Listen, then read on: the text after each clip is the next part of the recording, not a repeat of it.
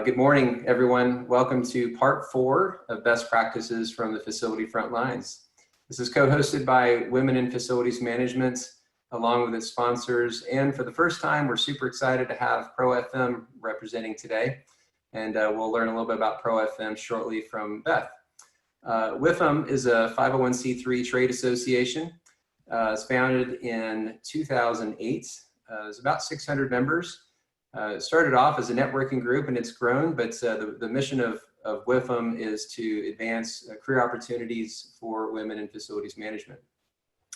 I'm going to let Beth share a little bit about ProFM. Beth, you mind sharing about that? Sure, thanks Thomas. So ProFM is an independent non-member organization, and we're really pleased to be partnering with Women in FM as well as other FM organizations around the world. Our goal as well is in elevating the facility management profession and advancing the careers of facility professionals. So as a knowledge-based credential, we're the new global standard. We're directly aligned with the ISO 41000 series of standards for facility management, and ProFM actively participates in ongoing development of those standards. For those that are new to ProFM for education and credentialing, the body of knowledge focuses on the 24 things that every FM should know in order to prepare for the ever-changing challenges of today and beyond.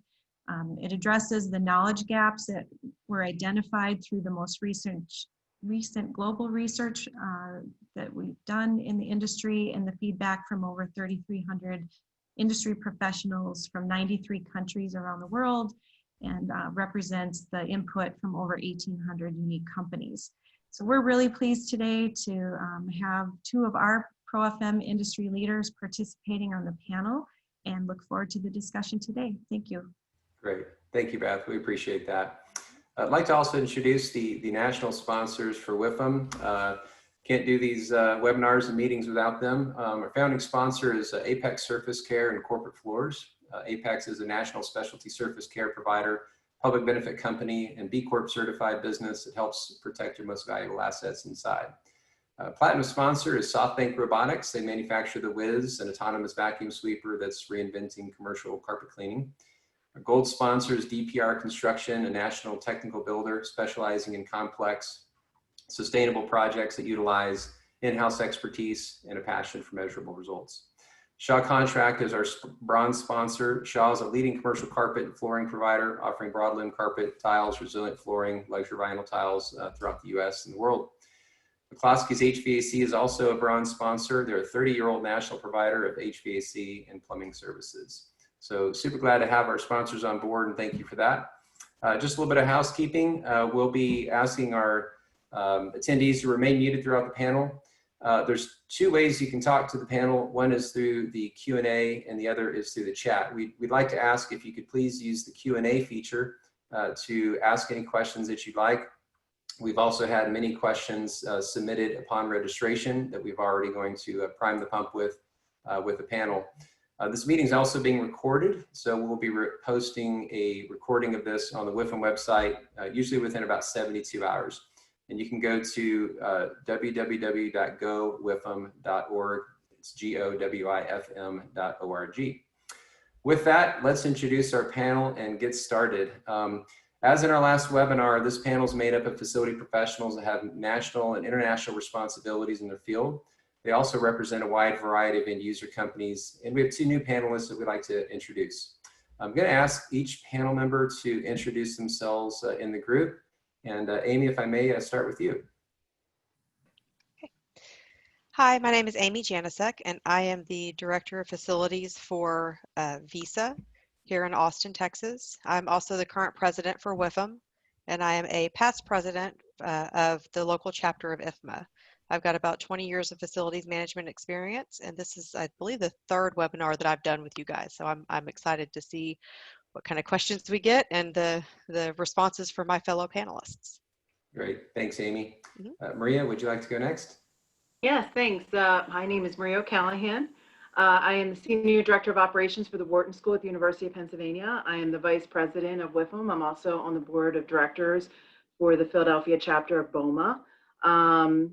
I have over 20 years of facilities management experience. I'll just leave it at that. I really look forward to these panels and sharing shared practices and best practices. And it should be a great discussion today. Thank you, Maria.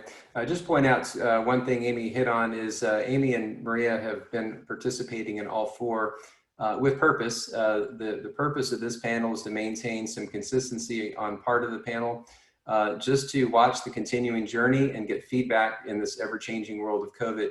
But in addition, we like to introduce new panelists that provide an outside perspective and a new perspective. And so with that, I'm really excited to introduce our first international panelist. It's Dr. Andrey Kharitonov from Moscow. So Dr. Kharitonov, would you like to introduce yourself, please? Thank you, Thomas. And good day, everybody. So it's so great to see the, hello from the chat from the different places and, like Dallas, Austin. And I used to work for the Halliburton company as a principal real estate manager. So in the Houston and the Texas area was one of my famous destinations. So sometimes I traveled there like 2 times within 1 week. So, and it wasn't easy. So in Washington, DC. So I never been in Nigeria. So somebody just tackled that space and said hello from there. So it's probably nice to be. So my background, my name is Andrey Kharitonov. My background is civil engineering, and I have my PhD for the civil engineering. And I started my career as a construction manager, as a site manager. And I came to the facility management right after I built the distribution dealership car center. And the first thing I got in my hand was like, hell, who built all of that stuff? I've never I've never done like that, because construction push you to the faster, make decision. And sometimes you do not really think about further maintenance and the, entire ownership and all of that stuff. So, and I thought that I will never be a facility manager in that space any longer. But, after that, the life turned back, and I've been responsible for entire life cycle. And, I had in my power an opportunity to push the 2 different worlds, design, construction, and facility management, closer. And I think that we've got a good result to deliver nice facilities within the budget and with the perspective of facility management. And I would say that facility management is the biggest challenge for the real estate assets. And keep in mind that you control over about 80% of the entire costs for the whole life cycle of the buildings and assets. Thank you. Thank you. That's a heck of a statistic. 80% of the entire life cycle of the cost is controlled by the facility management. So a lot of people on this call should be pretty proud of that. Thank you for pointing that out. Last but not least, Alana Dunoff, would you like to introduce yourself, please? Sure. Thanks, Thomas. Hi, everybody. So my name is Alana Dunoff. I've been in facilities management for about 30 years. And unlike many of you, I actually chose FM as my career. I have my master's in facilities planning and management. I consider myself a strategic facilities planner. I've worked in healthcare and commercial and corporate, worked in architecture and even in the retail sector. So I have lots of broad experience. For the past 18 years or so, I've had my own consulting practice, really on the strategic side, helping organizations think about how they work and why they work and where they work and when they work. But I have a second hat also. Also for about 18 years now, I've been an FM educator. I am currently an adjunct professor at Temple University here in Philadelphia. I teach in their facilities management Bachelor of Science program for almost 10 years now, which has been fantastic. Shout out to anyone looking. I've got students desperately looking for jobs. So if you have any, let me know. I also am a qualified instructor for both the IFMA FMP and for the ProFM. And I like to tell people I'm pretty excited that I was the first woman to earn my ProFM credential. Excellent. That's a heck of a trailblazing career there. Thank you for sharing that. Well, really excited to have this entire panel on board. My name is Thomas Holland. I'll be the facilitator today. I'm the WIFM board advisor and CEO of Corporate Floors and Apex Surface Care former IFMA chapter presidents. And I just love the facilities industry. It's a bunch of great people, and been in this industry for about 25 years. And we've got an amazing team of people in our business. As a B Corp certified business, we're a social focused organization. And this is certainly part of accomplishing that mission. So we really enjoy this. Also assisting me today is Ashley Adams, our amazing WIFM chapter administrator, for which this would not happen without her. So Ashley, thank you for your help. And again, thanks for all the panelists for taking your time to join WIFM and ProFM in this event and share your knowledge. And thanks to the attendees for registering, and I'm sure we're going to get a lot of best practices today. So why are we here? Well, the purpose of this webinar is to check back with the panelists from our last webinar, which was back in July. And a lot has changed since then. Frankly, a lot of change happened from July after our first webinar in April. And that's just the world we live in today, is massive change. In July, if we remember, tension was really high. Infection rates were spiking across the globe. That was coming off a month in June where we thought a lot of optimism was feeding the market and buildings are going to open right back up. We felt, wow, this COVID thing, it's only 8 to 10 weeks. That's great. And then July hit and all that changed. So today, companies are digging in for the long haul for much of the general market, and it's slowed decision-making tremendously. The decisions that we're making today are likely, what I've heard from FMs, are unlike decisions they've ever really had to consider before. So these types of events are great to share those best practices that we're all learning. What was initially very tactical decisions to manage the impact of COVID, they've now become strategic decisions that could change the face of facility management for years to come. So we can all likely admit that unfortunately, COVID's here to stay for a while, and we got to figure out how to work around it. I'll be asking the panel some questions that were derived from our audience in the last webinar and also during the registration on this webinar. We'll then move to a general open session for more audience participation. Again, just a reminder to the audience to please submit your questions using the Q&A section of Zoom. If you go down to your toolbar, you'll see a Q&A button. That's the one that you'll want to use. As the audience questions come in, we'll get feedback from at least 2 panelists from each question. We'll manage the time as best we can to make sure we get through as many questions as possible. So panelists, with that, are you all ready? The thumbs up? All right. So I'll ask the panelists if they can all hop off mute and just keep an open mic for the rest of the session here. So my first question, we're going to do a round robin, and I'd like to ask that each panelist provide their Reader's Digest version of this question.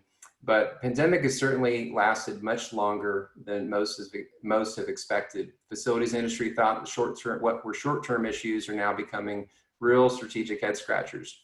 Recent press is highlighting companies that are buying out leases or abandoning expansion projects with the idea of shrinking their corporate real estate portfolio or support a growing work from home population.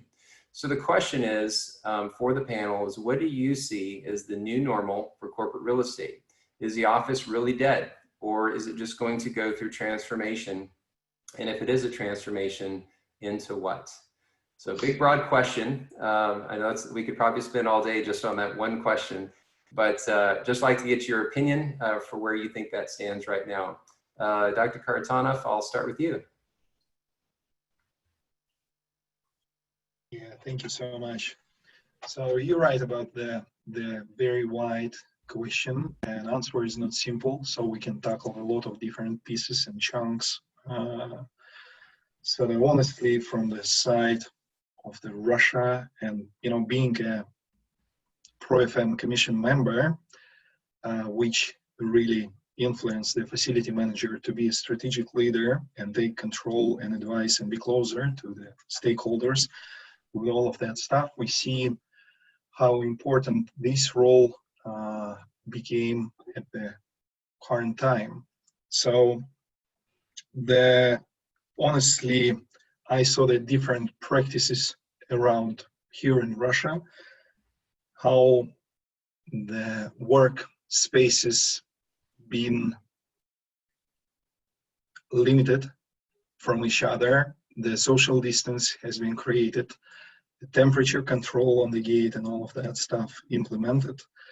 But honestly, I got a lot of feedback from the different people that they'd like to be socializing with each other during working hours, you know, not even using the technology. So they'd like to have a real life, you know, context communication and all that stuff. And I would say that after the first wave eliminated here, we saw great activities for the people to come back to the offices. At the same time, I would say that it was a summer season with a vacation, and a lot of people were out of the cities, out of the working place. But, you know, most offices have been changed. And what we also recognize, so it's a bit different model from what you guys have in the United States. The most of the residentials here are an apartment. So for example, I live on the 25th floor of the multi-apartment building. And my 16 years old teenage, he is the professional basketball player. So and could you imagine when we started to telework and be away from the street and all of that stuff? So the coaches have suggested online trainings. And could you imagine for the basketball player, what does it mean? So that means that you have to play with the ball. So and I just call to the neighbors and say to them, hey guys, just 1.5 hours every day, you just do not call me back. And that's one of the big challenge for us because a lot of people, they like not only be socialized, but they also like to be distinguished from the family for the, you know, life and work balance, be working at the working time, be at home at the home time. And it's the huge thing, because as for me, I had a meeting last night, which finished at 2:30 p.m. or 2:30 a.m. Sorry about that. So the last night, yeah, we finished the meeting online call at 2:30 a.m. And it's crazy because the time now is just one piece, you know, with like work-life balance became a truth. And I hope that, you know, we will survive through all of that situation. And for sure, the new challenge will be rising somewhere with a new challenge for the people, for the corporate real estate. And this particular situation put us into the position to react onto that, not be proactive or preventive and stuff like that. So just imagine that you have to prevent all possible pandemics and scenarios and all of that things. It's probably you have to buy this sphere and be alone with that sphere, you know, and make sure that it's very resilient, you know, just adaptive and all of that stuff. So I don't know, maybe it's like the future of the next 30 years, but still hope that things will be smooth and the society will come back to the normal operation with some rules to move further. So, Sure. Thank you. Thank you for sharing. Sounds like a challenging environment with a basketball player who needs to practice inside the building. That was crazy time. And we suggested to the construction ministry to review the residential housing design rules to make sure that the buildings are fit for the telework and all of that stuff. Interesting. Thank you for sharing that. Alana, how about you? What's the new normal? So I don't think the office is dead. I think we're in transformation. And the truth is, I think we're always in transformation. I think that the economy in our world is always keeping facilities in a level of transformation, and we're just in another form of transformation, and we've been doing it for decades. There was, you know, recession in the 80s, and there was transformation. There was the tech boom and the tech bust, and there was Y2K, and there was 9/11, and now a pandemic. And so we're always transforming ourselves. And from my strategic perspective, the trend is really the constant transformation more than it is the normal, whatever normal is supposed to be. I feel like normal is the dirty word here. That transformation is more about it. So yes, we're transforming. What that's going to look like, I'm not sure. And I'm glad that we're taking our time and making these decisions in short spurts. I was so thrilled when I started seeing more and more companies saying, you know what?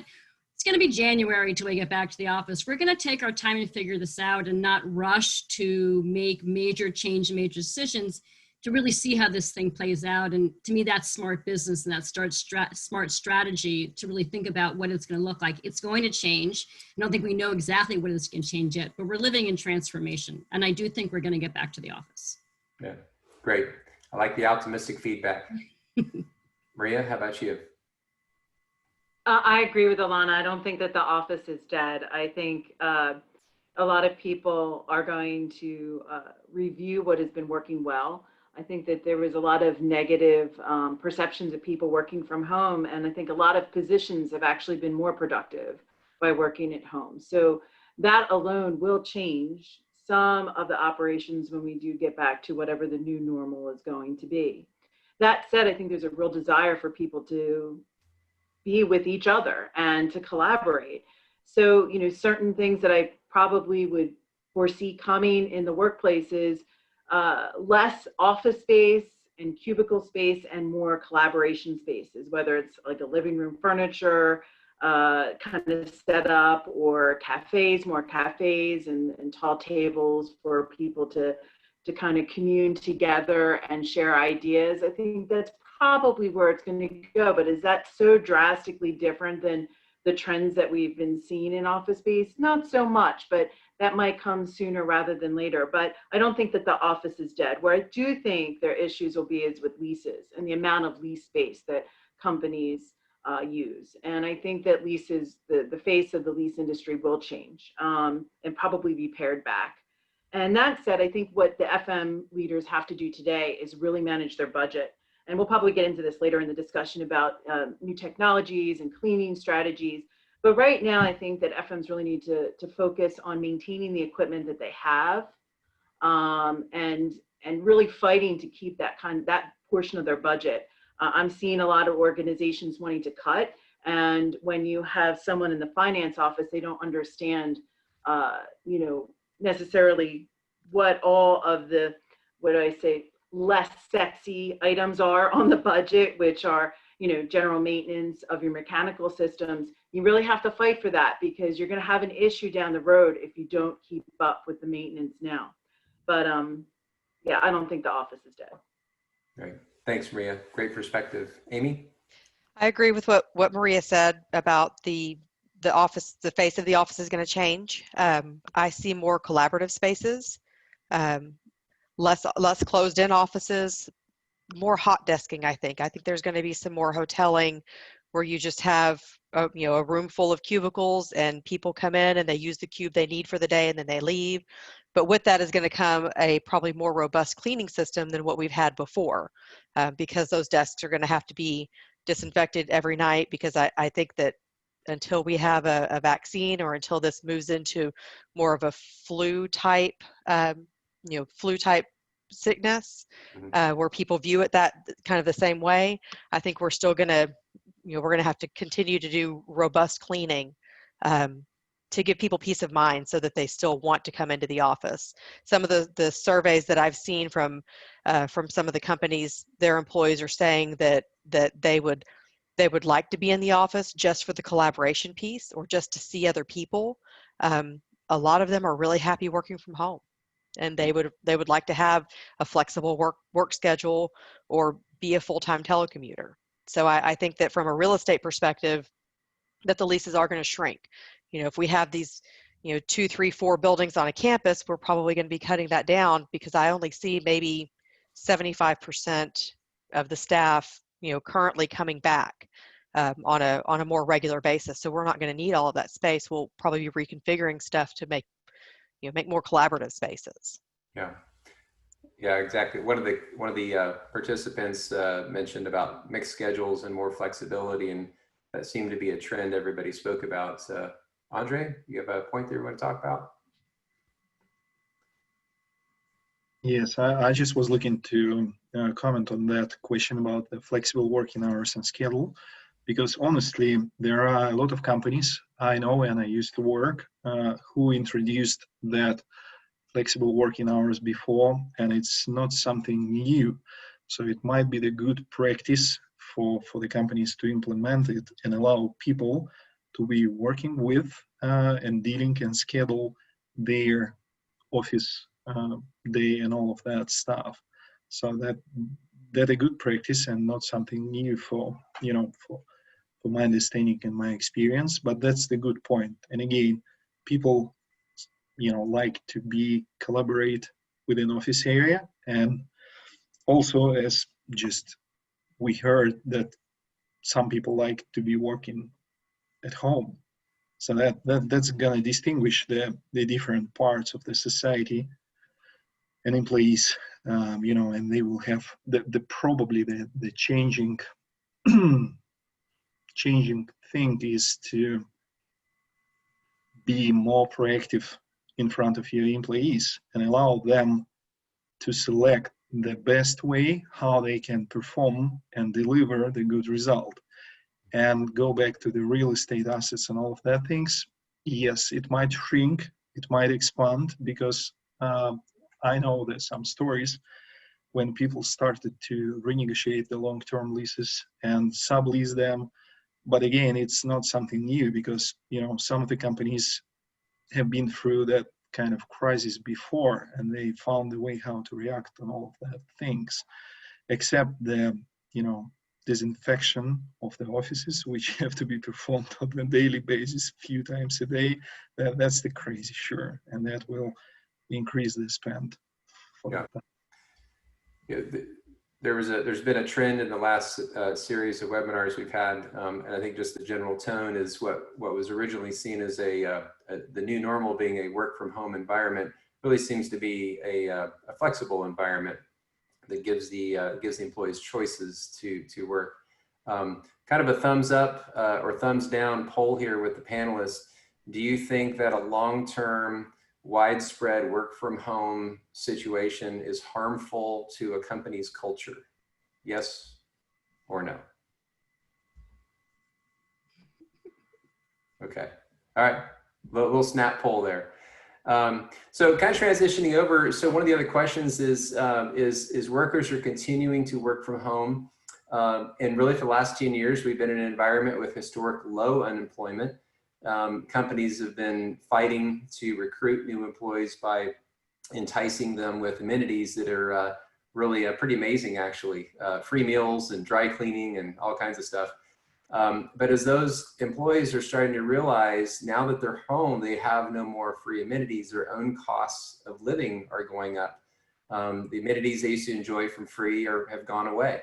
And so do you see a potential issue, or is it an issue where workers are pushing back to the company, demanding more pay to offset work from home expenses? Alana, you want to tackle that one? Sure. So I think it's a little bit of yes and no, and I think it's about the company's sort of attitude towards how they're treating those people today and what they're giving them. If companies that are building trust with their employees, providing that flexibility and allowing them to do what they need to do, giving them, a desk or giving them the amenities that they need, I think they probably say, you know what, it's okay. I'm not getting the free meal or free coffee. I'm also not paying for gas and tolls and parking and other things that I would be paying about going to work. But if companies are sort of leaving their employees and staff to work from home and kind of figure out how to make the dining room table work and work with their kids being at school at the same time and finding a private space, I think you are going to see pushback from them feeling sort of unappreciated and ultimately unproductive in their spaces. And so the companies, someone was asking about really needing that work from home policies. It's critical to figure out. We're in facilities, even if people aren't in our building that we think of, they're in another building and we're responsible for taking care of them and making sure they're working in a safe and productive environment. So companies, I think, that don't get on board with figuring out what that strategy looks like, whether it's everybody or it's just a small number of people over the years, I think that we really we're doing ourselves a disservice by not making sure that people at home are working productively, safely. You know, you start working at the dining room table or on the sofa and you're hunched over and you're uncomfortable. Now you're going to have neck problems and shoulder problems and carpal tunnel and everything else coming, which will impact productivity. And so I think that as companies really think about that, they have to wonder whether they're going to give their people the best amenities. Is there going to be pushback? The pushback on people who don't feel like they're being taken care of. And I think everyone else sort of knows there's value in being home. And of course, there's also people who can't wait to get out of the office and get out of the home rather than get back to the office too, because it's a lot. Yeah, thank you. Maria, I think you said it earlier that may just depend upon the role and the position. Some roles are better or able to work from home, and some roles simply aren't because of the nature of their job. But do you want to address that question? Yeah, absolutely. I think that, I don't think we're sold on exactly what positions are going to stay at home long term, but I think there's going to be a lot of review with every organization. And I think it is going to change. And there's also going to be jobs that are going to be eliminated or combined with other jobs. So there's going to be a shift in the workforce, I think, across the board in every industry moving forward. But I think the real key here is the success of working from home is based on leadership from the top all the way down to the middle managers. Depending on how leadership manages the situation will really determine how successful the organization is with working from home. Right now, you do have people that feel isolated and not part of the team. And it's because it's a shift in how you bring people into the fold. I saw that Alana didn't agree. She felt that it did affect, working from home does affect people's outlook on the company culture. And I would have to agree, but there's ways to get around that. And I think that some organizations have done an excellent job. Most likely it's startup organizations, younger organizations that have taken the lead with thinking outside of the box. More established organizations that have, what should I say, a more traditional outlook on work have probably not caught up yet. And what it is, you're gonna have to have different tools in your toolbox to deal with folks that are working from home rather than just catching up with them in a hallway. So much information is lost because, especially on the FM side, because you walk by someone and they say something and you saw somebody else like at a coffee shop a week earlier and you put the two stories together and now you know what everybody's thinking and you can kind of like intervene if you need to. And all that kind of informal communication has gone out the window. So it takes a lot more effort and a lot more purpose to schedule your work to be successful on a day-to-day basis. And either you have that skill set naturally or you have to learn it. And that's where we're at today, is trying to figure out who needs what level of skills so that they can continue to be successful in their role, depending on what it is, if they're working remotely or working remotely majority of the time. So I'm not sure if I've answered the question completely, but I think a lot goes back to leadership and leadership skills and how organizations are really dealing with this and changing their approach to staff. What I've heard so far is forward-thinking leaders that have their employees' best of mind in front of them are making good decisions. So that's a good learning. Aimee, how about you? So I think from as far as people pushing back on the company, I agree with Alana that there are trade-offs, right? They're not paying for gas or toll bills. For some people, they're not having to pay for childcare because they're home, so their kids can just ride the bus home from school if the schools are open. So those, I don't see employees pushing back on that piece of it. The furniture side and the office setup side, I think that what I've seen is several companies going through and reworking their telecommuter policies. Some companies are providing, company provided chairs, and if they need sit-stand desks, then they have to go through a process where the company will pay for one. If they pass, go through the ergonomic process to prove they need one. Others are saying, here, we'll just give you a $750 stipend. You go buy what you need for your office. So it's kind of a mixed bag, but I think that reworking the telecommuter policies is a big thing for all of the companies in deciding, okay, if we're going to really have a telecommuter work from home people, and this is what we're going to allow them to do, we need to have a way to make sure that their offices are set up so that we're not having long-term carpal tunnel issues or anything like that with them. We want to make sure that we're supporting them in that. And then as far as the collaborative team culture, I have friends who work for other companies here in town that they're doing, they do Whiskey Wednesdays and Thirsty Thursdays. I have a friend who works for Insight who her leaders sent all of their, all the employees on their team little mixer tequila packets to make mimosa or to make margaritas at home, and they scheduled a Zoom meeting with the whole team, and everybody had their little, you know, their little mixers, and they made their drinks and just chatted. So that's part of that thinking outside the box and finding other ways to bring your team together and make them feel like they're still a team even though they're not in the building together. So I think little things like that are what's going to help drive that collaboration and that culture and kind of keep some of that alive. Aimee, what was the name of that company? She works for Insight. We can get a kit. Yeah. Your point about building trust among your people and letting them know you care and connect is such an important part of that collaborative process. And I am skeptical. I mean, I don't believe in absolutes. I don't believe that we're all going one way or we're all going the other way and so on. And so it's finding these middle grounds and creating these options. I do worry about, and I think what will happen ultimately is that we'll have lots of people working at home for a long period of time. And then there's going to be some shift around innovation and companies not moving forward. They might be productive, but maybe they're not moving forward enough. And we are more innovative when we see each other and can engage in new ways. And we can do that on Zoom. We can do breakouts. We can meet outside. There are things we can do, but there will be a limit. And that's when we'll start looking to get people back into the office. Thank you. Yep. Andrey, your perspective, companies in Moscow, how are they addressing the work from home environment? Yeah, thank you, Thomas. And I was looking to support the ladies, what they said, and I will twist to your question as well.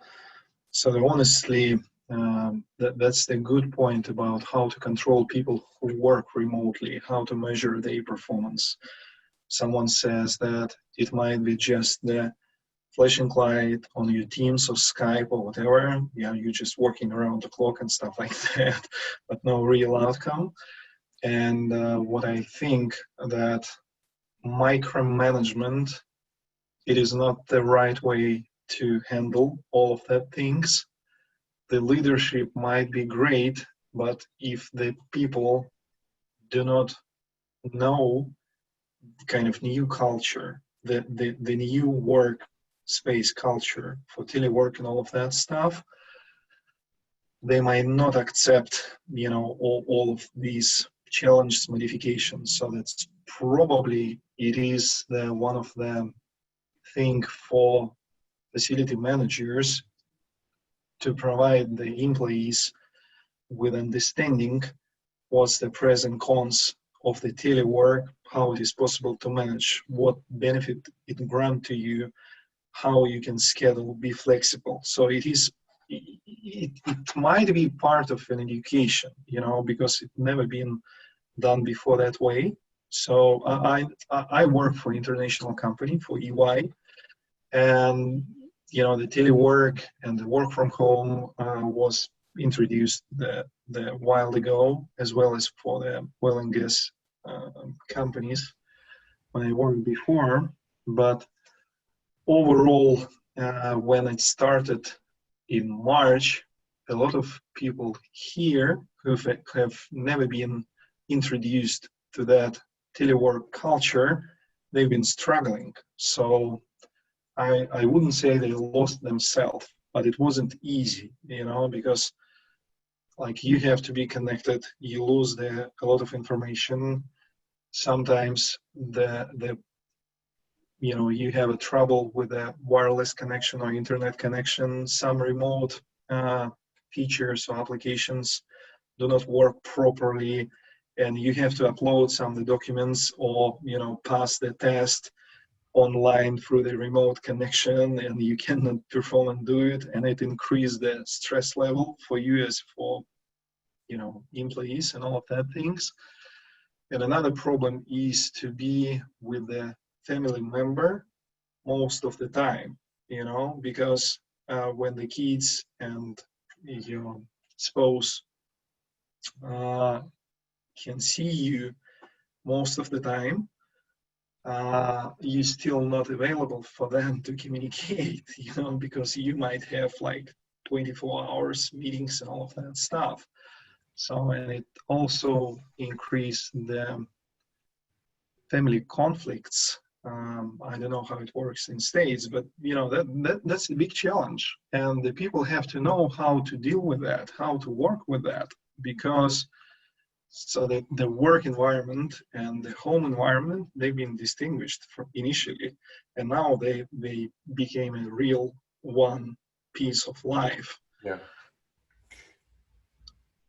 It sounds like there's no one answer to that. One audience member wrote, JLL stressed the importance of understanding the dynamics of working from home, small child care, children in school, spouses working from home on video calls at the same time, caring for parents, etc. How do you think the FM community can support those kinds of stresses? And that's somewhat what we've been talking about here is it is stressful, and it really just depends on everyone's specific situation, which goes back to having forward-thinking leadership that understands that and has flexible policies to address all of those individual needs. But is there anything else that you think the FM community can do? And I'll just ask this to anybody who wants to raise their hand. What else can the FM community do to support those kinds of stresses? Aimee, you're first. So I mean, I know that what we are doing to try to make it as easy as possible for employees to work from home is our facilities department, since we're not allowing anybody in the buildings. If somebody calls and says, you know, oh my God, I've got these files in my desk, there's this special keyboard that I need, whatever they need, I need to pick up my chair and use it at home. Our team is collecting those things for them, and we put a process in place for them to come and pick them up, you know, so it's a contactless pickup. We put it outside the front door for them to come and grab it whenever they arrive, they come and pick it up and take it home. And we try to make ourselves available, right, to help them from the office with whatever they need. If they've got things that need to be mailed, or if they've got things that they need to print and scan, our team is there at the office to help them do that, so that they don't have to stress over figuring out, you know, where to find a printing and scanning place, or, you know, anything like that. They know that they can call facilities, and if we don't have the answer, we're going to do what we can to help them find that answer. Right. Yeah, absolutely. That's great. And then is anybody running across, there's a fairness concern with respect to people who clearly feel that they never want to come back or need to come back to the office, I should say, versus those that are told that they have to come back. And there's that situation where somebody says, hey, I can't because I've got elderly parents at home, and the company's saying, well, you need to. Is that a situation anybody's had to work with right now? Andrey? Yeah. So what I had, so my colleagues from the project management department, we had so the construction guys have never stopped to work on the different construction sites here. And we had a project where we were going on site beginning of May, so right after the site were opened. And I have my team members who were actually, you know, just avoiding to go over and join the site visit and all of that stuff. At the same time, it was decision to go out and, you know, just be on the fresh air, because some of the sites located outside of the Moscow city. And it wasn't easy to manage. And honestly, I provided with a choice for the different employees. So I said to the entire group, that guys, so we have a project, we have to go. I will not push you forward. So you have to decide for yourself. Will you go over or will you stay at home? And there is no penalties, no kind of rules or whatever for that. And we spent maybe 3 online meetings to discuss what's going to be availability, who can do it, how, what's going to be the different approach to perform the work on site, who's going to communicate with which kind of people and all of that stuff. And that was, I believe, the right approach for that time to provide for people with the choice, and find an alternative if something happened. And to put the people into the position that we have a rule that you have to go because we pay you money is probably not the good way from the leadership and from the company to push them forward. Sure. Thank you for that. We could probably finish the webinar on just this topic, but I would like to move on a little bit. We will come back to a couple points that were brought up that are related to some questions later down the road, but I will transition to the next question, which is called the silver bullet question. So there's a plethora of new advances in technology, product services, et cetera, that are advertised to kill COVID faster, longer, more safely, less expensively. But a lot of these solutions are in the end unproven and don't have the science or federal endorsement to back up their claims. So there's a wide variety of stuff to filter through to make good decisions as facility professionals. So is there anything out there that you're using or looking to use that you could think would provide a paradigm shift over the traditional model of cleaning and disinfecting in office space? And would you like to share any of that information? Who'd like to go first on that one? Alana? So this is sort of a quick little story that I'll share. So I was looking for to help a facility, and we started looking at electrostatic machines and foggers, and I learned a whole new world of information around these two pieces of equipment, and a lot of people are using them. I went out to the IFMA blogs and got all kinds of information and content on them, and that one's good for this and one's good for that. It depends on who's in the building, and this was a multi-use building with a daycare and other facilities in it. It made it really sort of complicated, and I realized that I would probably need both in order to make it sort of work and so on. And it got to the point where it seemed actually it was sort of untenable to do that. And we ended up going back to sort of our regular clean. But I had a really interesting conversation with a friend of mine who, and I kid you not, she is the lead chemist of compliance for Lysol. And I don't mean this to be a plug, but we were talking about this the other day because she's been my go-to with a lot of information and resources. And she said, the FDA has approved Lysol for a 2-minute clean. She explained actually that the chemical makeup of the virus in the air and on surfaces actually kills really quickly, and that Lysol will do it in 2 minutes. She said actually Lysol does it in 30 seconds, but they didn't get approval for that because they wanted to get it to market. So that's a marketing thing. But I mean, it's really hard to find Lysol products, but it sort of was interesting to me that there has been a rush of all kinds of things, but it might be some of the tried and true things that maybe the things we've been doing, but maybe with a different level of frequency is enough to ensure our facilities. Because we've learned a lot about the virus too, about surfaces. We were wiping down our boxes, in March and afraid to like eat anything out of the grocery store, but we're learning more about it and how quickly it can be killed. And so I think there's a lot of stuff that came out, but we're not going the fogger routes at this point. We're a smaller facility, but larger facilities. I know in my high school, I had a long conversation with the facilities manager from our whole district, and he's like, we're fogging. That's how they're managing it. So. Right. Aimee, you would raise your hand also there? Yeah, so we're doing a couple of different things. One of the things that we have gone to is the nanoseptic product that you put over the high touch points that's supposed to kill germs and viruses for, I think it's up to 60 days before you have to replace it. So we've got that on all of our common touch points, but then we're also doing the spraying on a regular basis. Right now, I feel like all of it is really new, and so it's going to be a while before we're really sure that what we're doing is working. That it was the right choice. I think there's so many options out there. It's just you just pick the ones that you feel the best about and go with it. Yeah, very good, Aimee. Maria. Thank you, Aimee. That's okay. I agree with Aimee that there's so much new technology out there. The good thing is that this is going to bring on a whole new wave of innovation, I think, to the cleaning industry within the next year to 24 months. But to be careful, you've got to use your tried and true methods, especially when you're dealing with a housekeeping crew that, quite frankly, is exhausted. I mean, they keep, you probably have limited resources available to you. And they have to be visible. They have to be seen for people to feel comfortable within their environment. And they have to keep re-cleaning the high touch points over and over again and being very thorough.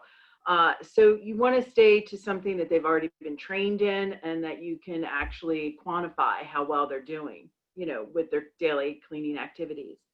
That said, I think that UV light has a real potential moving forward. Right now, the technology is just not where it needs to be. They use it a lot in hospitals. The robots are fantastic, but they're pricey. They're over $100,000, and that's not including the cost to program them. And they can't go in a classroom environment in a tiered classroom. So again, I think that there's going to be a lot of innovation, but I think right now you need to be able to use a product that actually works and be able to test to make sure that the cleaning is actually being done on a day-to-day basis. So Right. New technology right now is probably not this isn't the best environment to introduce things. Right. Thanks, Maria. Andrey, what about you? What are the facilities folks in Moscow using? What's the standard practice for cleaning and disinfecting? And is there anything new that you're looking at using in your market? Well, yes, we considering the few technologies which will assist the housekeepers to be more effective and less overloaded. So, for example, the sensors might assist the people to identify the areas which are mostly used and which are less used, because the typical standards and process for the housekeeping and cleaning just to perform everything everywhere, or it depends on the highly used areas like restrooms and corridors and elevators. At the same time, if you have sensors, you can manage the traffic of the different people. So if just like that's going to be the one person per one day, you probably don't need to pay a lot of attention for that. So that's kind of the technologies we are looking for and we're considering for to minimize an effort and be productive with all of that stuff. And definitely not everything which are developing now, that all of that technologies, IT and all of that stuff, they're growing fast. And every day you will find, a lot of alternatives to solution you might identify as a best practice. And they're going to be cheaper and more effective and all of that things. So that's one of the key role for the facility manager, be on top of that technologies, understand what are the best fit for them and how it is possible to implement with not long-term solution, because everything which is useful and effective for now might not be working within the next 3 months. So that's the point. And that's the huge responsibility of the facility manager to judge and make that choice decision and recommend to the upper management to apply and to implement. Thank you. I appreciate sharing that. We're gonna step out of the scripted questions and move on to the audience participation here. We had a lot of great questions that came through during the registration, so we're gonna put these up on the board and be talking about these specifically. So I'm gonna jump right into it. One of the first questions, Alana, I'll point this to you, but how do you see the future of social distancing in the office environment? So I find social and physical distancing really a pretty fascinating topic. We're humans, we like to connect, we feel better connected with people. And I think even though we've been forced to have those distances, I know certainly in sort of my world, we're starting to break those rules already a little bit. I think, as people feel a little bit better about what's happening or they feel masked, that's sort of what's happening. I don't think that there's going to be a whole lot of shift from a physical environment standpoint. We're not going to design for social distancing. I think the comments earlier about collaborative spaces, we're going to continue to create those spaces. I think we're going to have unassigned office space more than we're going to have, assigned spaces, because that allows you to clean and things like that, allows people to be socially distant. I think we're going to see masks for a while. And I think we're going to reconfigure, you know, there's the plexiglass, you know, buy plexiglass. That was the thing to be in. If you had plexiglass in your portfolio, you probably did really well right now. But I think that in the long view that vaccines and testing will catch up, and that we're going to be wearing masks for a while. But I think our connection, our need to really see people, connect with people will be there.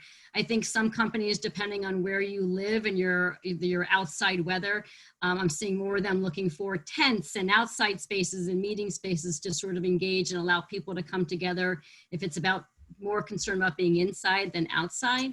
But I think that we'll make our way through it sort of patiently as we come out once the science sort of catches up with us. We're humans, we want to be connected. And I think, you know, I've walked into an office and see people that are supposed to be, but we can't help it. We're looking at a document, we're sharing something. And so we're managing through, you know, those needs. And I think the more we know about what's happening in the inside environment and where if people are wearing masks, it's going to happen. And also there's always going to be those people who are just going to extricate themselves from that environment. Those who feel more comfortable are going to be there, and they're going to start, I hate to say it, I don't say breaking the rules a little bit, but we get more comfortable and we start to know what's happening in other people's lives. We say, well, we can be okay with being with you a little bit closer. And I think that's going to, we're just such creatures that have it that way. That sense of connection is so important. It's going to be there. It's going to happen. Thank you. Great perspective. Aimee, I'll ask you, anything you want to add to that? Future of social distancing? I like to call it physical distancing, but yeah, we've removed.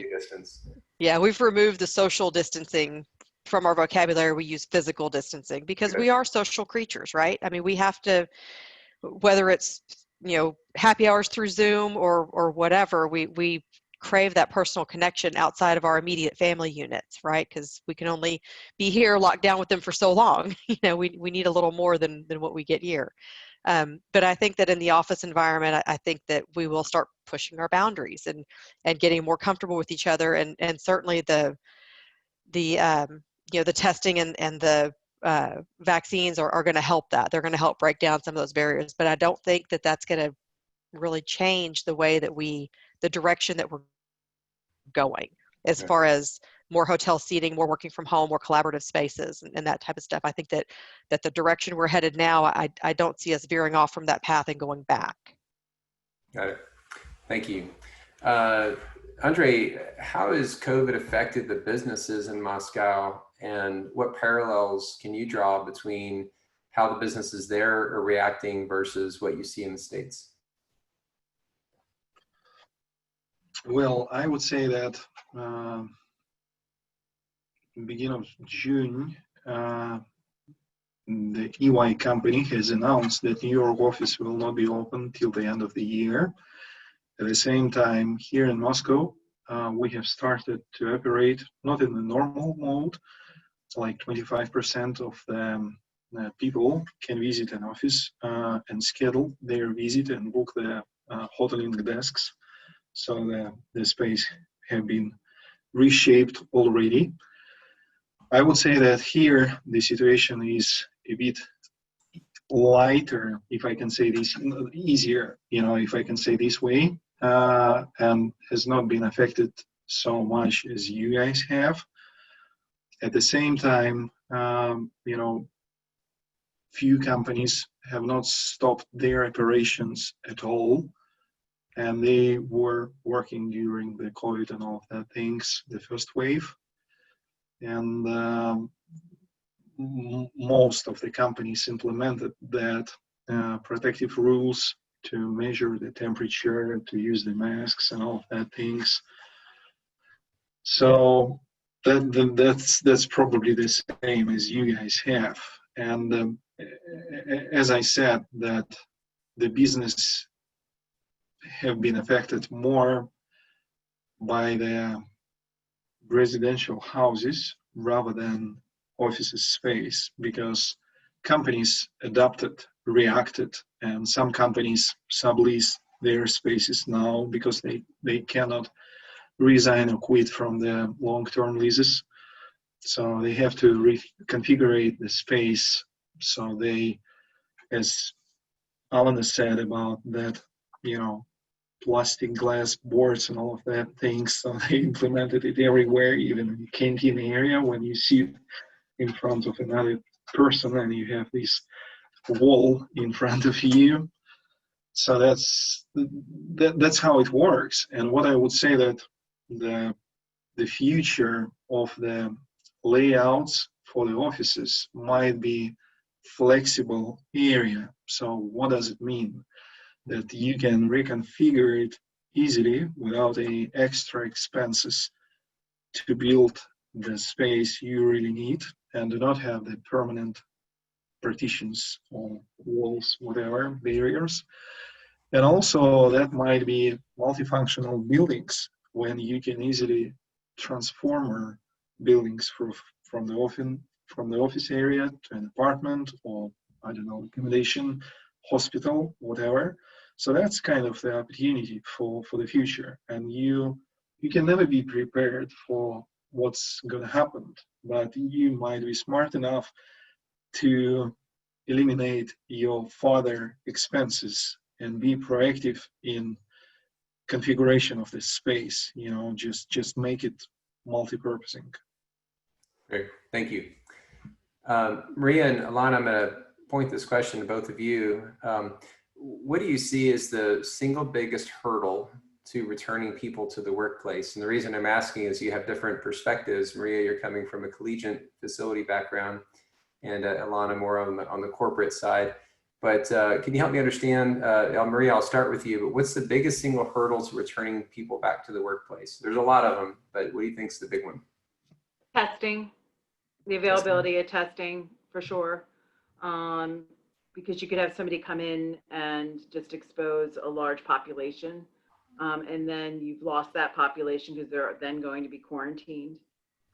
So it's really getting a business level routine testing that is being monitored on a regular basis. And to Alana's point, you know, when you see people coming in right now, we have an essential staff list, and we have people coming into the offices, and we have had them come into the offices all along.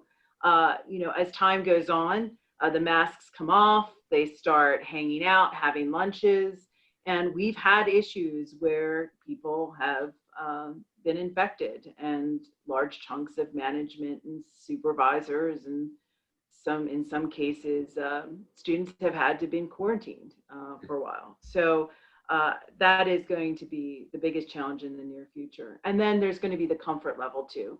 And depending on the age of your population, clearly the older employees do not feel comfortable coming back, especially in an academic environment with the young students, without having at least a vaccine or some better way to trace moving forward. And that's completely understandable. So again, I think testing is going to be our biggest challenge. Thank you, Maria. Alana? So I'm going to add to that and say it's even, to me, it's even broader. It's just managing the variety of needs and challenges of all of the different level of employees that you have. That demographic is so different, and every single person in the company has a different set of something that they have. Some of them can't wait to get back to the office because they want to get out of the house, and others can't leave the house because their kids are in school, or they're concerned about compromise of elderly. And I think the biggest challenge is creating a robust enough and flexible enough plan that allows your employees and staff to figure out what works best and who's going to be there and who's not going to be there, and let it be okay for a period of time.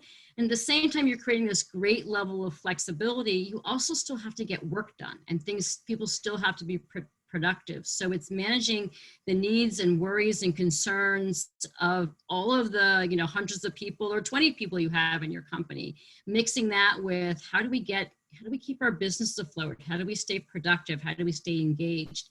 And so finding that nuance, that balance that I think is going to continue to fluctuate for quite some time. I think that is really just a huge hurdle. And I think, you know, it's going to, each month it's going to be a little bit different. You're going to put plans in place, and then something new is going to pop up, and that's going to put a monkey wrench into what that looks like. So to me, it's the people, because it's not one solution. It's not a one size fits all solution. You're going to have 10 12 different scenarios that you're going to have to address and somehow make them all work and still have people be harmonious in the work environment. Got it. Excellent. Thank you. Aimee, so talking about returning, what metrics are you using to determine when employees can come back into the office, and how do you continue to monitor those metrics? So there's some external drivers that we look at, you know, the positivity percentage rate, you know, the ordinances the local ordinances from the government. Those are what the schools are doing. Those kind of things are the external drivers that we look at to determine, okay, are we ready to start thinking about bringing people back?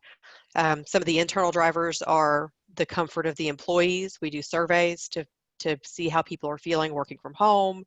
How many of them want to come back? Why do they want to come back? Is it because they have a business need to be in the office, or is it because they're having problems getting their stuff done at home? And just kind of working through some of that. So there's several drivers that help us kind of determine, okay, when do we want to start bringing back our first maybe 10% of the people, you know, to kind of see how it's going to work. And then once we've done that for a little while, what's the next group to come in? One big thing that we're kind of looking at right now is we've got we have our essential staff in the building for the call center that are working there right now. And we ended up separating them out into cohorts.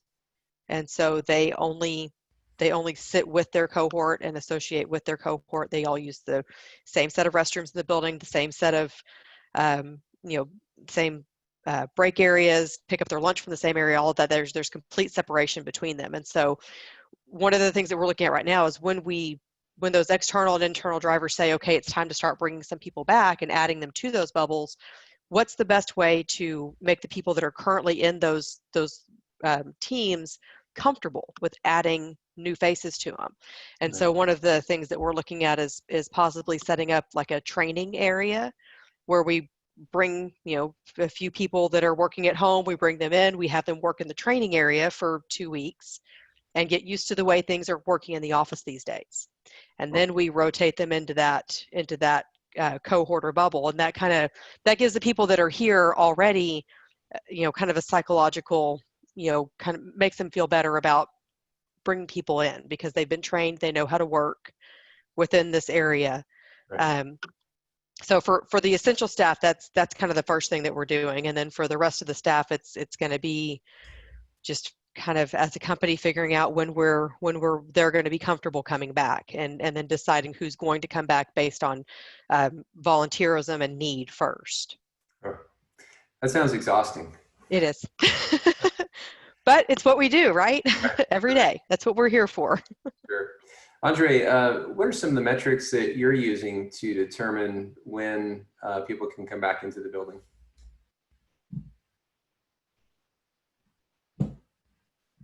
So we have, as I said before, we have reshaped space, and we have the estimated available spaces and working desks within office. So, and you have to get registered for the hoteling desks on site in the office and do it in advance, like 1 day in advance. You have to book your place, and you can do it not longer than for 2 weeks. So it's a bit the planning of your working hours and the space to be occupied.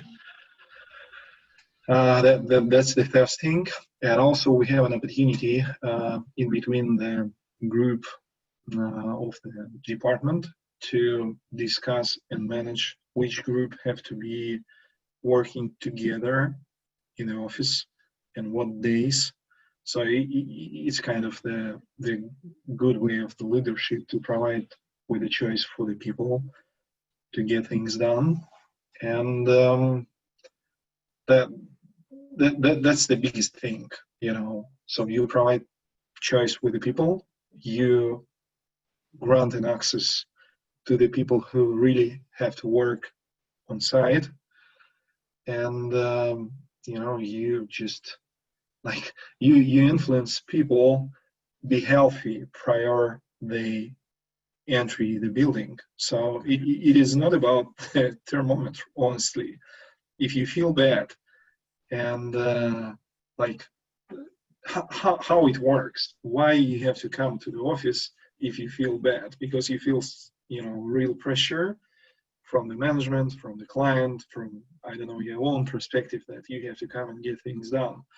And if this person have a culture and think not only about himself or, you know, things to be done, and you have support from the different colleagues, and you know that you have to rely on them and company will support you, you will probably not come over and put other people under that kind of risk.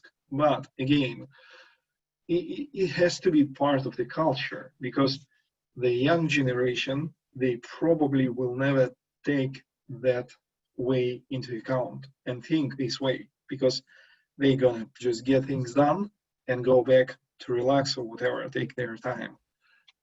Older people will think about, you know, it differently. So it's kind of a lot of theory behind about millennials and all of that stuff.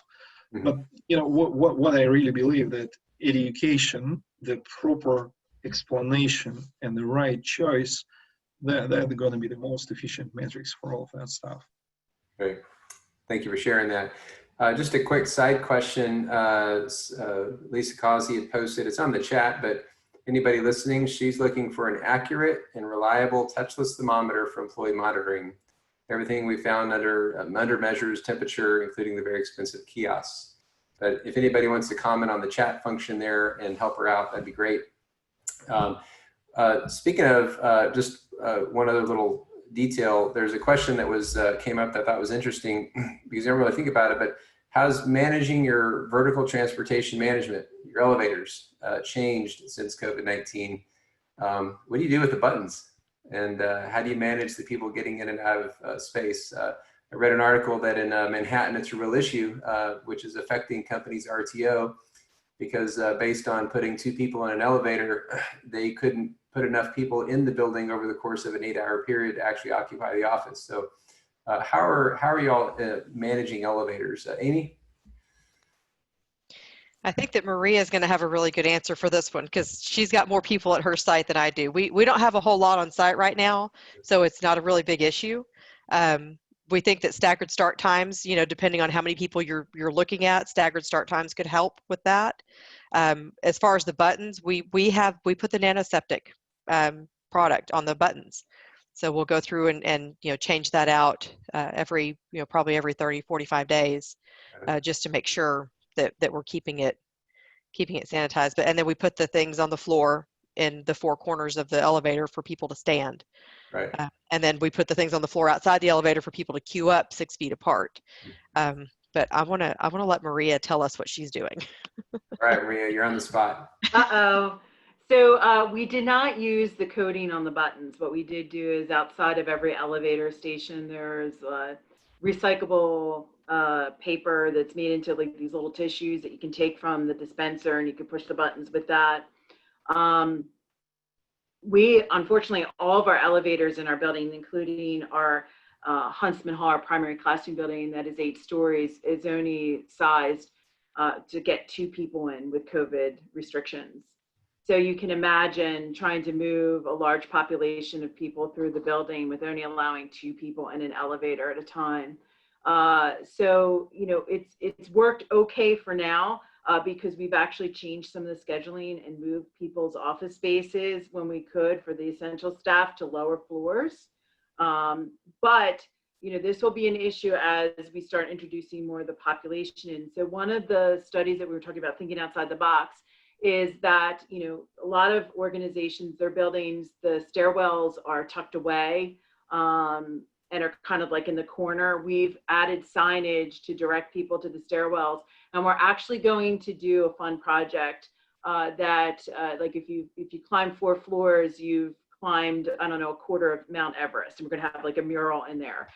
So not only is it gonna get us through the initial, you know, re-entry phases when we start building population to make it fun and making the stair towers accessible, but moving forward, it'll be a nice health initiative too, as well. So constantly just trying to think outside the box. But I will tell you, elevators are very, very problematic, and just people are so used to them, and we build buildings to move people through the facilities. Continual issue until, you know, COVID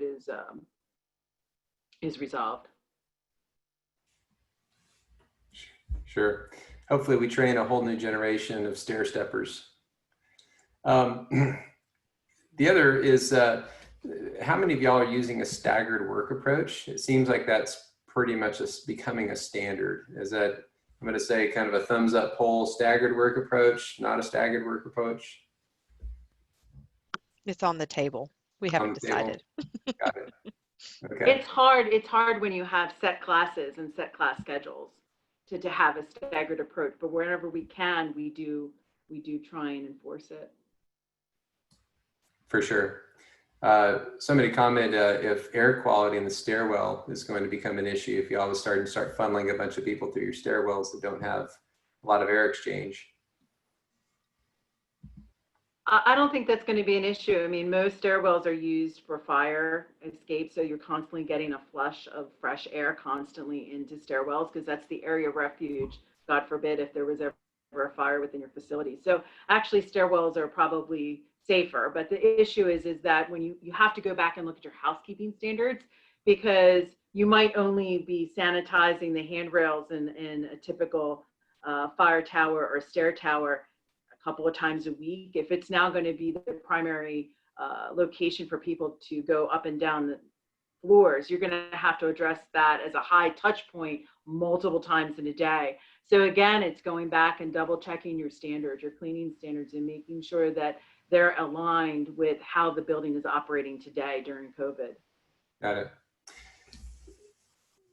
Aimee, I'll point this at you, but I'd like to get comments from the rest. Do you see an end date for the for Tier 2 cleaning and disinfecting services? Do you see that transitioning more to just a normal practice again? How do you see that evolving? I don't think that we'll ever go back to the cleaning practices we had before. I think that we will probably forever have the enhanced additional cleaning in all of our spaces. I think that this pandemic has shown us that it's probably the right thing to do. So for companies that were not previously doing any kind of infection control cleaning in their spaces, they're probably doing it now, and I believe that they're going to be doing it, I would say, forevermore, because not just because of coronavirus, but for the flu season and whatever other viruses may come up. I think it's a good practice, and it's the right thing to do going forward. So I don't see us going back to a lower level of cleaning. I think that this enhanced cleaning is probably here to stay. Got it. Alana, it looked like you wanted to add to that. I was going to add, and it's not quite about cleaning, but it's sort of connected to it, that in connection with the higher tier of cleaning, we used to have workstations. Then we said we pulled back so far on cleaning services in some ways, where we're like, we want to, we vacuum the floor once a week, but we won't touch a person's workstation. And then like when you go moving them and there's like bugs and gross dust bunnies and everything that's behind them, really realizing how disgusting these stations were. No wonder why everybody was getting sick, because we wouldn't let them clean them because we were afraid that, oh, someone's going to touch my stuff. And one of the interesting things, and some interesting research about companies that have gone to unassigned workspaces, because those have clean desk policies, that their sick time and people being out for being sick decreased drastically, because at the end of the day, it's a clean surface, it's a clean, phone receiver, it's a clean monitor, and they just go in, they can clean the entire office really easily because everything's stored away or brought home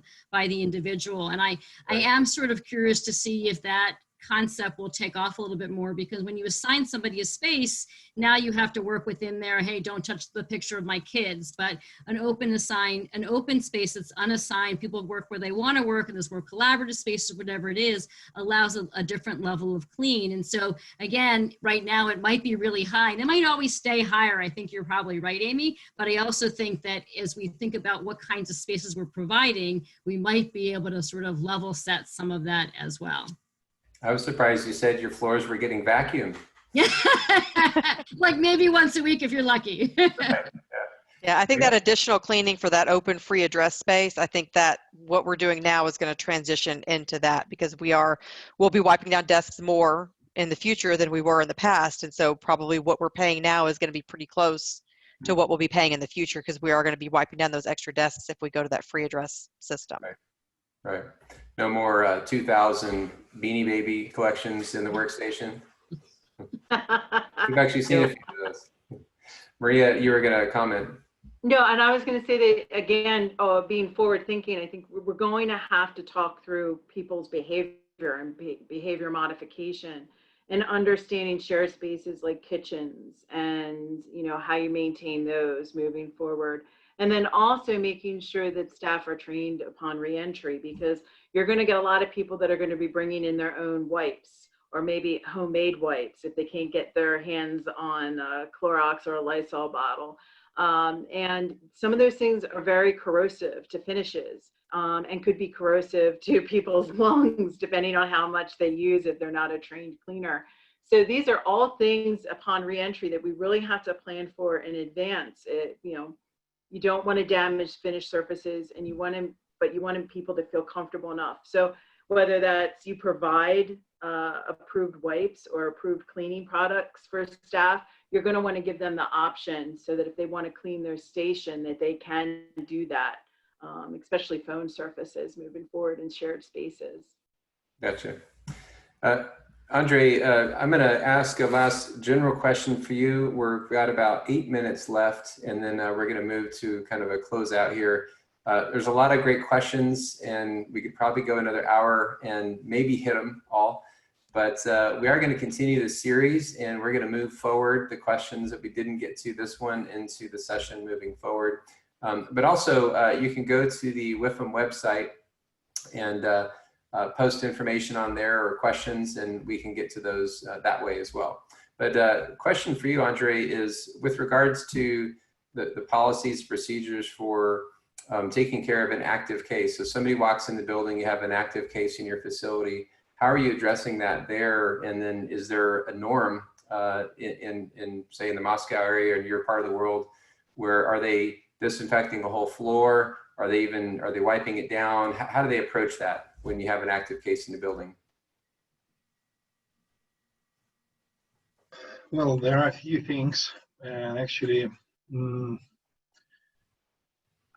I don't know such kind of cases in company I work for, but I know that kind of cases for one of the client who we work for, and that cases are quite often because it's a huge company with thousands people on site on every day. So it's actually the industrial sphere. So, and it is the monitor of the people who contacted with the infected person. It is the cleaning of the working desk, the way how to go, and depends on the open space or the cabinet. So it's, you know, that area, cleaning and disinfection. So that's kind of the typical way how to get things cleaned and identify area where person were going through until, you know, he has been found, identified. Okay, great. Anybody else want to comment on that one? Any differences in how your companies are handling that? Seems to be the standard now. Great. Thank you, Andrey. I appreciate that. We're going to jump down to the final question, which is, again, jumping out more strategically. It's a little more broad. But I'd like to ask each panelist to give us your 30-second synopsis on the future of corporate real estate and the role of the facility manager. What has COVID done to affect and change the role of the FM? Is it drastically different today? Do you see that continuing? Certainly, I think everybody that owns a company has an appreciation for facilities now that they perhaps didn't have prior to this. But I'd like to get your view on that. So Alana, could I ask you to start? Sure. So FMs, I think, are going to continue to be change agents, risk managers, business continuity specialists, work at home consultants, maybe that's a new one, chief transformers for our organization. And as you sort of mentioned, you know, I'm hoping that we're seen more and more as the player at the table and not the sort of the aftermath, that we're ready, we're flexible, and that we've always been doing this. This is not, well, this is new. It's not new for how we respond in our organizations.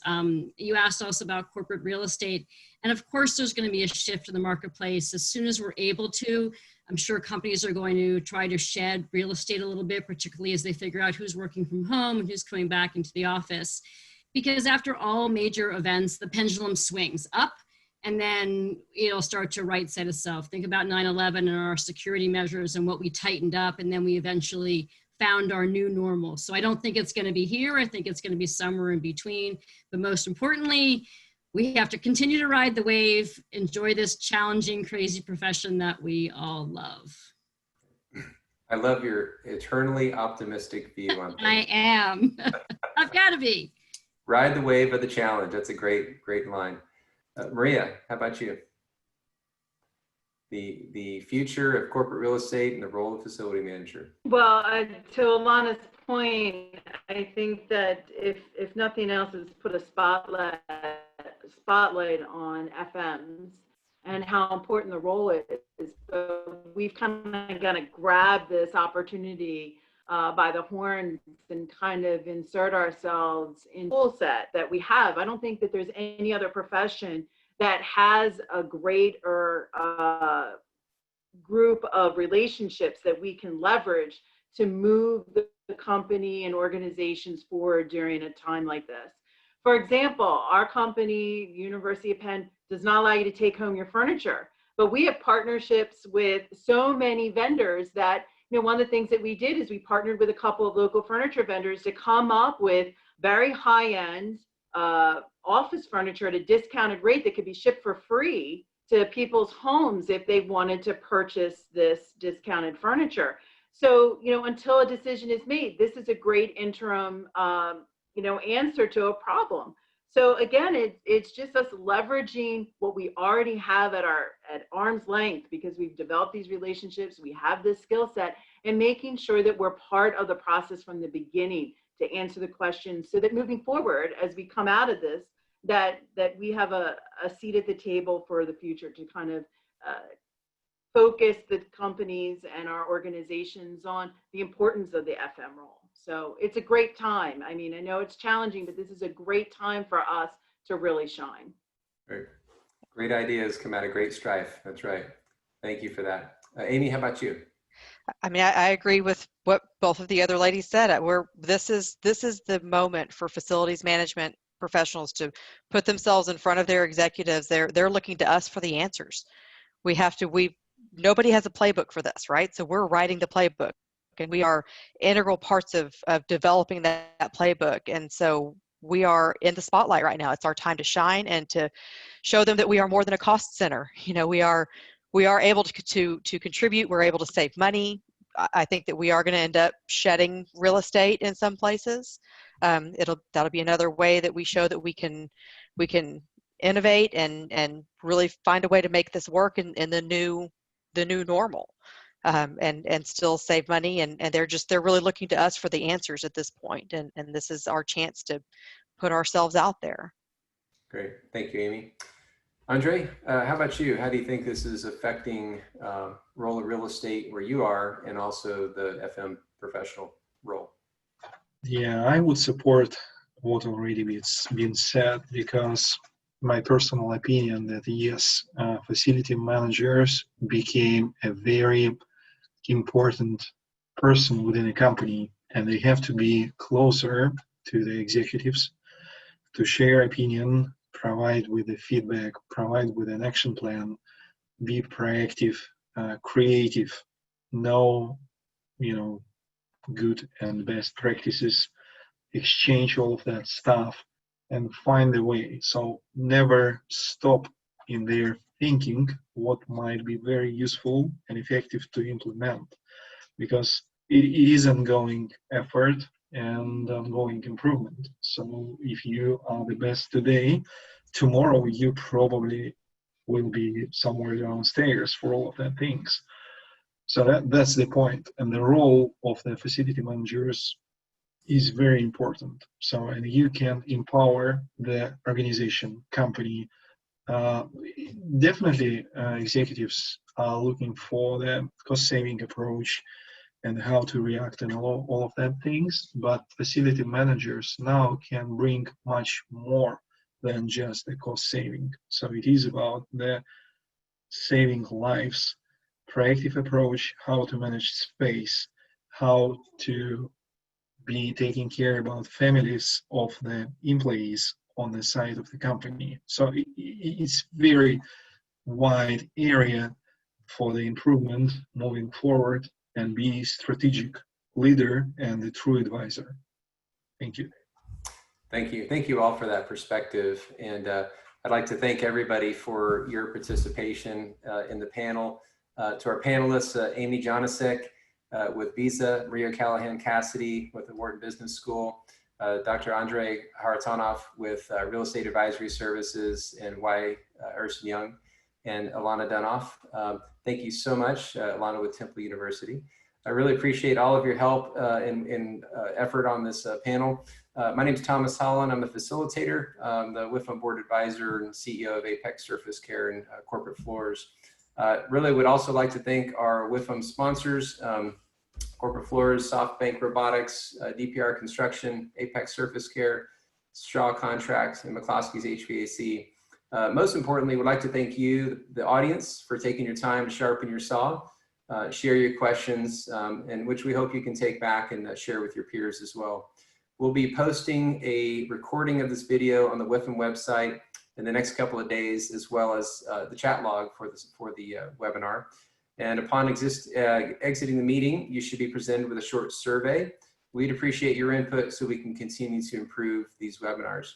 Until we speak again, we hope everybody stays safe and healthy. God bless and good afternoon.